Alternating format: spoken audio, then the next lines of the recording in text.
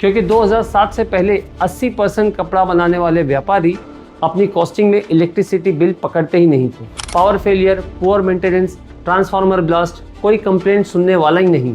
और जब MSEDCL के लॉसेस हद से ज़्यादा बढ़ गए तब आई नौबत प्राइवेटाइजेशन की। टोरेंट पावर ने साल 2007 के बाद से लॉसेस रिडक्शन करके पहले ही 2 साल में प्रति वर्ष 170 करोड़ का मुनाफा कमाया था। अब ये जो रूल है ये लागू होता है सिर्फ लाइसेंसी पर, लेकिन टोरेंट तो फ्रेंचाइजी है तो उस पर ये 15% प्रॉफिट वाला रूल लागू नहीं होता कि अडानी पावर है, टाटा पावर है, बेस्ट है।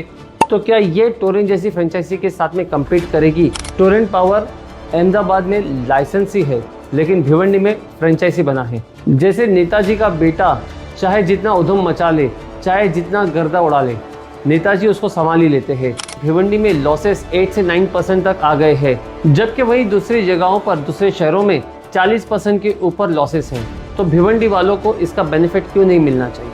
जिस पर सीएम साहब ने बहाना बना दिया था कि अगर तुमको दिया तो वसूल कहां से करेंगे। कि क्या भिवंडी वालों को 2027 में कुछ बदलाव देखने को मिलता है, या फिर जो 20 सालों से शहर पर अपना दबदबा जमाए बैठा है टोरेंट पावर, उसे 1 दशक और झेलना पड़ेगा? दुनिया में अगर सबसे बड़ी बेवकूफ प्रजाति है तो मानव की। कैसे भैया? खुदा तो बिजली बनाई हाँ, और खुदा बिल भर रहा हो। भिवंडी में एक ऐसी हिडन शॉप है जहां हर शेल्फ पर इंपोर्टेड चॉकलेट्स और स्नैक्स भरे पड़े हैं। Korean noodles, Chinese chips, viral drinks और क्रेजी फ्लेवर्स जो नॉर्मली सिर्फ रील्स में दिखते हैं वो यहाँ रियल में मिलते हैं। यहाँ आके ऐसा लगता है कि आप किसी फॉरेन की मार्ट में एंटर कर रहे हो। हैप्पी शॉप लिटरली एक वाइब है। अपने स्नैक्स पार्टनर को आज ही टैग करो और जल्दी विजिट करो। Happy shop at Supreme petrol pump, Chavindra, Bhiwandi. आखिर क्यों टोरेंट पावर भिवंडी जैसे शहर में 20 साल तक टिक गई? क्या वजह है टोरेंट पावर के इतनी तेजी से आगे बढ़ने की? क्यों कोई और पावर डिस्ट्रीब्यूशन कंपनी भिवंडी में आ नहीं सकती या आना नहीं चाहती? और सबसे इम्पोर्टेंट, टोरेंट पावर जो कि अहमदाबाद और बाकी जगहों पर एक लाइसेंसी है, वो भिवंडी में फ्रेंचाइजी मॉडल पर काम करना क्यों चाहती है? आज के इस वीडियो में जानेंगे कुछ ऐसे फैक्ट्स के बारे में जो टोरेंट पावर ने आज तक लोगों से छुपा कर रखे। ये सारी बातें जानेंगे आज के इस वीडियो में। हेलो फ्रेंड्स, मैं फिरोज मेमन, द वॉइस में आप सभी का स्वागत है। भिवंडी के MLA रईस शेख ने हाउस में टोरेंट पावर के कॉन्ट्रैक्ट रिन्यूअल को लेकर एक मुद्दा उठाया था। उनका कहना था कि टोरेंट के साथ और भी ऑप्शंस हमें दे दो। दूसरी इंपॉर्टेंट बात उन्होंने कही थी कि भिवंडी में लॉसेस 8 से 9% तक आ गए हैं, जबकि वही दूसरी जगहों पर, दूसरे शहरों में 40% के ऊपर लॉसेस है। तो भिवंडी वालों को इसका बेनिफिट क्यों नहीं मिलना चाहिए? क्या भिवंडी शहर को, क्योंकि अभी टोरेंट पावर का जो है एग्रीमेंट खत्म होगा। 20 साल सर हमने ईमानदारी दिखाई है। आज मैं हाथ जोड़ के न्याय मांगने आया हूँ। क्या आप एक से ज्यादा, हमारे यहाँ पे लोग कह रहे हैं कि आप एक से ज्यादा फ्रेंचाइज होना चाहिए, और आप सर लिबरलाइज्ड है, हमारे मुख्यमंत्री जो है लिबरल थॉट के, तो हमारे यहाँ पे मल्टी जो है आप फ्रेंचाइज या लाइसेंस लाएंगे क्या? आज हमारे यहाँ पे एनर्जी लॉस, जिसको आप चोरी बोलिए, जो बोलिए, वो 9% पे आ गई। उसमें भी थेफ्ट 3 से 4% है। तो अध्यक्ष महोदय, मैं सरकार से पूछता हूँ कि सबसे आज शिस्त और सबसे ज्यादा ईमानदारी से पावर बिल भरने वाला शहर कौन सा है? भिवंडी है। अगर एनर्जी लॉस इतना कम हो गया तो उसका बेनिफिट तो हमको दीजिए, कुछ इंसेंटिव दीजिए। साल 2007 दिन था 26 जनवरी, जब टोरेंट पावर ने भिवंडी में अपना पहला ऑपरेशन स्टार्ट किया, और इस प्राइवेटाइजेशन की वजह थी MSDCL। MSDCL के बढ़ते लॉसेस, उसका असर सीधा उनकी सर्विस पर पड़ता था। Power failure, poor maintenance, transformer blast, कोई कंप्लेंट सुनने वाला ही नहीं। फाइनेंशियल ईयर 2006-07 में MSDCL के लॉसेस लगभग 60% तक पहुंच चुके थे। और उसकी दूसरी तरफ साल 2007 से पहले भिवंडी शहर में टेक्सटाइल मार्केट में भी काफ़ी तेज़ी थी। महज 12 जोड़ी लूम चलाने वाला इंसान भी ऐसे घूमता था जैसे कोई मिनिस्टर हो। और इसका कारण मार्केट में कपड़ों की डिमांड नहीं थी, इसका कारण था कॉस्टिंग। क्योंकि 2007 से पहले 80% कपड़ा बनाने वाले व्यापारी अपनी कॉस्टिंग में इलेक्ट्रिसिटी बिल पकड़ते ही नहीं थे, क्योंकि तब कोई बिजली का बिल इतनी फिक्र से नहीं भरता था, और कितने कारखाने तो डायरेक्ट लाइन पर चलते थे, और उसी लाइट बिल के बचे हुए पैसे को लोग अपना प्रॉफिट पकड़ लेते थे, और उसमें सिर्फ और सिर्फ नुकसान MSDCL का था। MSCDCL ये कंपनी भिवंडी में बिजली सप्लाई का काम करती थी और इसे लाइसेंस दिया था महाराष्ट्र इलेक्ट्रिक रेगुलेटरी कमीशन यानी MERC ने। और जब MSEDCL के लॉसेस हद से ज़्यादा बढ़ गए तब आई नौबत प्राइवेटाइजेशन की और तब टोरेंट पावर को franchisee for power distribution and losses recover के लिए अपॉइंट किया गया। और टोरेंट पावर ने आते ही क्या किया, सभी मेजर डैमेजेस को रिपेयर किया, धीरे धीरे अपनी सर्विसेज सुधारी और पावर फेलियर को कम किया, लोड शेडिंग के टाइम को घटाया और कमर्शियल और रेजिडेंशियल कनेक्शंस को बढ़ाया और बस निकल गई वसूली करने के लिए। पहले तो PD मीटर की वसूली की और फिर रेगुलर यूसेज की रिकवरी शुरू हो गई और उस पर सोने पे सुहागा विजिलेंस।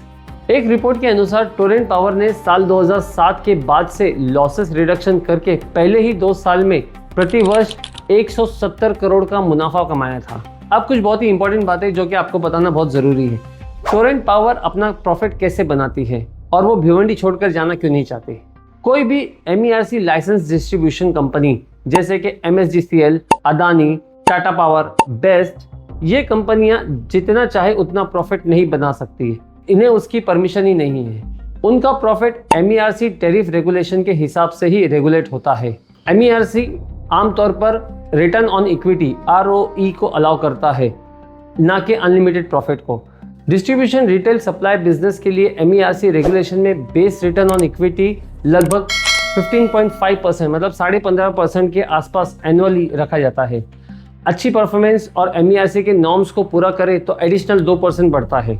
अब ये जो रूल है ये लागू होता है सिर्फ लाइसेंसी पर, लेकिन टोरेंट तो फ्रेंचाइजी है तो उस पर ये 15% प्रॉफिट वाला रूल लागू नहीं होता और बस इसी बात का एडवांटेज टोरेंट पावर को मिलता है। हालांकि कंज्यूमर से जो इलेक्ट्रिसिटी टैरिफ लिया जाता है वो MERC अप्रूव करता है। टोरेंट पावर अपनी मर्जी से बिल बढ़ाकर प्रॉफिट नहीं ऐड कर सकता।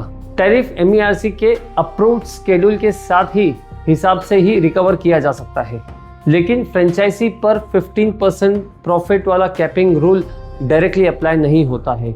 भिवंडी मॉडल में MSGCL लाइसेंस है। टोरेंट पावर फ्रेंचाइजी एग्रीमेंट के अंदर डिस्ट्रीब्यूशन ऑपरेशन करता है, जबकि टोरेंट पावर अहमदाबाद में लाइसेंसी है लेकिन भिवंडी में फ्रेंचाइजी बना है। टोरेंट का रेवेन्यू और इंसेंटिव उसके डिस्ट्रीब्यूशन फ्रेंचाइजी एग्रीमेंट DFA के टर्म्स से डिसाइड होता है। MERC टैरिफ अप्रूव करता है लेकिन फ्रेंचाइजी की अर्निंग कॉन्ट्रैक्ट और एफिशिएंसी पर डिपेंड करता है।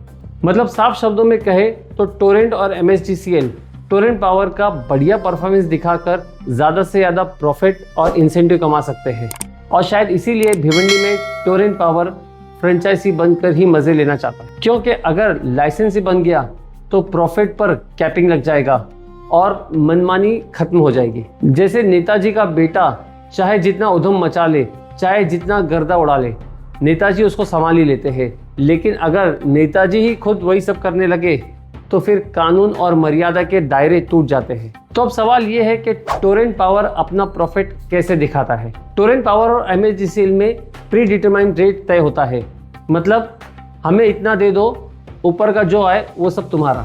तो बस यही खेल है प्रॉफिट कैपिंग का और अनलिमिटेड प्रॉफिट का।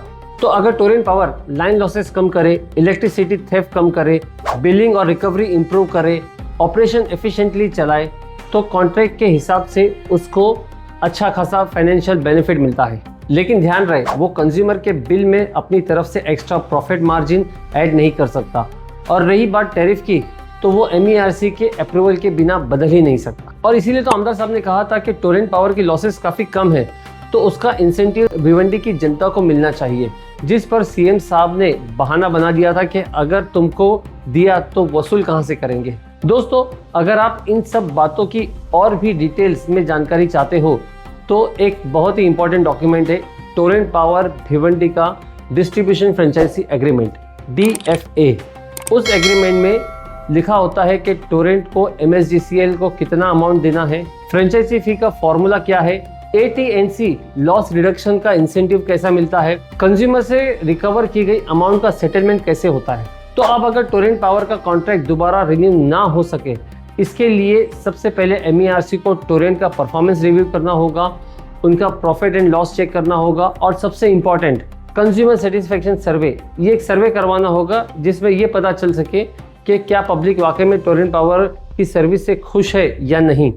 और उसी के बाद MERC टोरेंट पावर और MSDCL के एग्रीमेंट को अप्रूवल देगी। एक अहम बात दोस्तों यहाँ पर यह भी है कि भिवंडी सर्कल काफ़ी छोटा है। यहाँ फ्रेंचाइजी मॉडल रखना, ये डायरेक्ट लाइसेंसी ऑपरेट करना, ये एक अलग टॉपिक बन जाता है। अगर फ्रेंचाइजी का ऑप्शन रखा गया तो क्या एक लाइसेंसी 2 फ्रेंचाइजी का ऑप्शन देगी, जैसे कि MSDCL है तो उसके अंडर में टोरेंट पावर या कोई और फ्रेंचाइजी आ सकती है ऑप्शंस में। और अगर डायरेक्ट लाइसेंसी का ऑप्शन रखेंगे तो जैसे कि अडानी पावर है, टाटा पावर है, बेस्ट है, तो क्या ये टोरेंट जैसी फ्रेंचाइजी के साथ में कम्पीट करेगी?